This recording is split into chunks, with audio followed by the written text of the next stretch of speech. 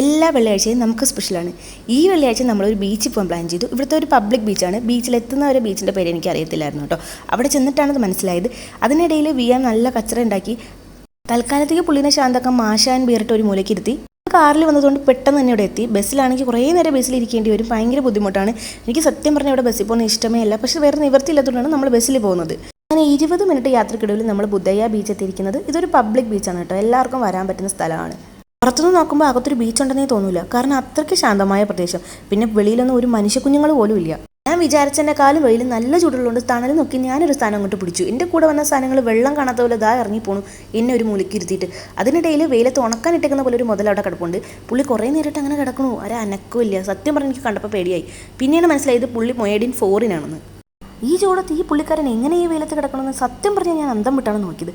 അതും കഴിഞ്ഞ് നോക്കിയപ്പോൾ ഇതാ എൻ്റെ കൂടെയുള്ള 2 വെള്ളത്തിൽ കിടന്ന് കുത്തി മറിയുന്നുണ്ട്. ഇതിനിടയിൽ ഞാനൊരു മണ്ടത്തരം ചെയ്തു. എനിക്കിട്ട് മാറാനുള്ള ഡ്രസ്സ് എടുത്തില്ല. ഇനി കരയ്ക്കിരിക്കുകയല്ലാതെ വേറെ നിവൃത്തിയില്ല. കൂടെ വന്നവർ ആർമാദിക്കുന്നുണ്ടപ്പോൾ എനിക്ക് വല്ലാത്ത സങ്കടം തോന്നി. ഒന്ന് കൈ കഴുകിയിട്ട് വരാമെന്ന് പറഞ്ഞ് വെള്ളത്തിൽ ഇറങ്ങി ഞാൻ മൂക്കും കുത്തി വെള്ളത്തിൽ വീണു. പിന്നെ നനഞ്ഞതല്ലേ, ഇനി കുളിച്ച് കയറാനല്ലാതെ വേറെ നിവൃത്തിയില്ലാത്തതുകൊണ്ട് 3/4 മണിക്കൂർ ഞാൻ വെള്ളത്തിൽ കിടന്നു. പിന്നെ ഇട്ടിരിക്കുന്ന തുണി തന്നെ ആ കാറ്റത്ത് നിന്നുണക്കി. അപ്പോഴത്തേക്ക് ഇവിടെ മൊത്തം ആൾക്കാരായിട്ടോ. നമ്മൾ വന്നപ്പോൾ ആകെ 5-6 പേരുണ്ടായിരുന്നുള്ളൂ. വൈകുന്നേരം ഒരു 5-6 മണിയോടുകൂടി ആൾക്കാർ ഈ ബീച്ചിൽ നിറഞ്ഞു. എല്ലാവരും വെള്ളത്തിലാണ്. മിക്ക ആൾക്കാരും വെള്ളത്തിലാണ്. കുട്ടികളെയൊന്നും ആൾക്കാർ ശ്രദ്ധിക്കുന്നതേ ഇല്ല. കാരണം ഇവിടെ താഴ്ന്നു പോകുന്ന ഒരു പേടിയാണ് വേണ്ട. വെള്ളം മുട്ടുവരെ ഉണ്ടാവുള്ളൂ. പിന്നെ ഉള്ളിലോട്ട് പോകുന്നതനുസരിച്ചിരിക്കും വെള്ളത്തിൻ്റെ ആഴം. ഇത്രയും നേരം ഒരു മൂലയ്ക്ക് നിന്നുണക്കി ഞാൻ ഇനി നടന്നുണക്കാമെന്ന് വിചാരിച്ചു. നമ്മൾ ഈ ബീച്ച് മൊത്തം ഇനി നടക്കാൻ പോവാണ് കേട്ടോ. ഇവിടെ ഇഷ്ടംപോലെ സ്ഥലമുണ്ട്. അതിനിടയിൽ സൺസെറ്റൊക്കെ കാണാൻ പറ്റി.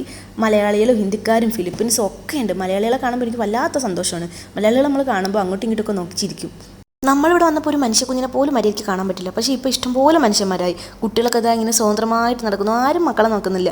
കാരണം ഇവിടെ സേഫാണ്. അവർക്കൊന്നും സംഭവിക്കില്ല എന്ന് ഉറപ്പ് അവർക്കുള്ളത് കൊണ്ടാണ് കുട്ടികൾ ഇങ്ങനെ ഇത്രയും സ്വാതന്ത്ര്യത്തോടെ ഇവിടെ നടക്കുന്നത്. ഏകദേശം ഇവിടുത്തെ വായ്നോട്ടമൊക്കെ കഴിഞ്ഞ് ഇനി നമുക്ക് തിരിച്ചു പോകാനുള്ള സമയമായിട്ടുണ്ട് കേട്ടോ.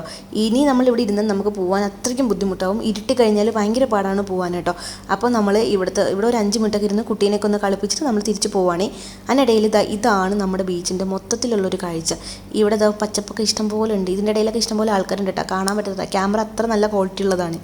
അങ്ങനെ ബാഗൊക്കെ എടുത്ത് തിരിച്ചു പോകാൻ ഇറങ്ങിയപ്പോൾ എൻ്റെ കൂടെ വന്ന 2 പേരെ കണ്ടില്ല. പാർക്കിൽ കിടന്ന് കളിക്കുന്നു. എൻ്റെ ഭർത്താവിന് പാർക്ക് കണ്ട പിന്നെ പിള്ള മനസ്സാണ്. ഇനി നമ്മളിവിടുന്ന് ആഞ്ഞ് നടന്നാലേ ലക്ഷ്യസ്ഥാനത്ത് എത്താൻ പറ്റുള്ളൂ. കാരണം ഇവിടുന്ന് അത്യാവശ്യം ദൂരമുണ്ട് നമ്മളെ റൂമിലേക്ക്. ഇവിടെ ഏതോ ഒരു ഷേക്കിൻ്റെ കൊട്ടാരമുണ്ട്. പക്ഷേ കൊട്ടാരം ഇങ്ങനെ കാണാൻ പറ്റും. ആകാശംകൂട്ടം മതിൽ കെട്ടി വെച്ചേക്കല്ലേ. നല്ല അടച്ചുറപ്പുള്ള മതിലാണ്. ഉള്ളിലൊരു ഈച്ച പോലും കിടക്കാത്ത രീതിയിലാണ് മതിലൊക്കെ കെട്ടി വെച്ചേക്കുന്നത്. പക്ഷേ വീട് എടുക്കാൻ പേടിയായതുകൊണ്ട് ഞാൻ അധികം അങ്ങോട്ട് എടുത്തില്ല.